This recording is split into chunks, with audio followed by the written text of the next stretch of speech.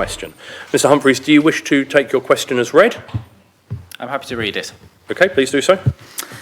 Good evening all. Thank you for the opportunity to ask this question. In 2017, a report was published for Harlow Council assessing sports facilities and playing pitches in the town. A link can be found in this document. The report contained a number of findings about the state and capacity of the town's pitches and recommendations and actions to be taken. These recommendations included a sports strategy for Greater Harlow and effective delivery of playing fields and pitch provision at 2 new locations in Harlow. Can the Council please update where they are with these actions and their assessments of the other findings in the report? Thank you, Mr Humphreys, and the reply comes from Councillor Danielle Brown. Thank you for your question. Currently, there is no formal cross-boundary strategy, but existing plans do include cross-boundary considerations such as import and export of demand. The local plan evidence base covers cross-boundary considerations.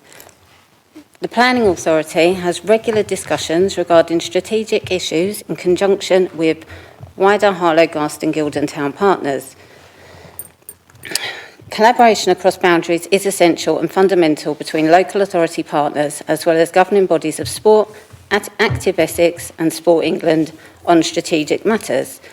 Officers are planning to refresh the planning pitch strategy and work with all partners to determine the scope. To assist some specific updates, strategy implementation. There is a regular communication between the Council and strategic partners such as Essex County Football Association, Essex County Cricket Club, Active Essex and Sport England. More formal groups will be utilised as the planning pitch strategy is refreshed. Housing developments. The 3 football pitches at Guildon Park were part of the action the Council took last year to ensure delivery. It was agreed with them that the pitches would be formed and seeded by the end of 2023. So they will be established by the end of 2024. These pitches have been seeded and should take up to 12 months to become established. At New Hall Phase 2, planning was granted permission in 2020 for open space provision, including 9 football or cricket pitches of various sizes. These will be delivered as the phase is built out.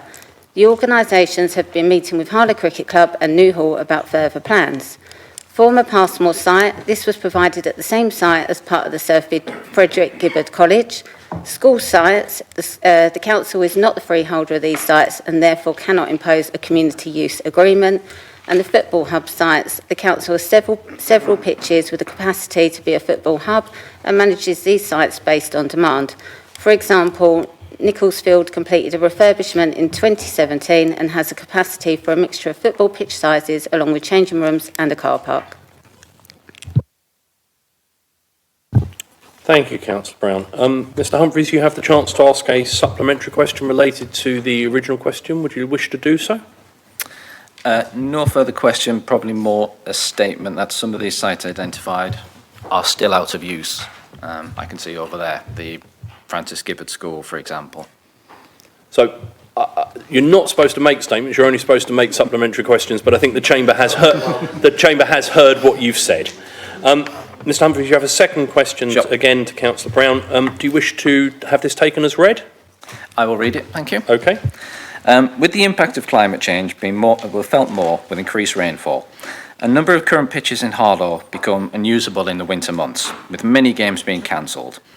Will the Council consider increasing the number of facilities for both children's and adults football in the town and provide expanded access to all weather AstroTurf pitches?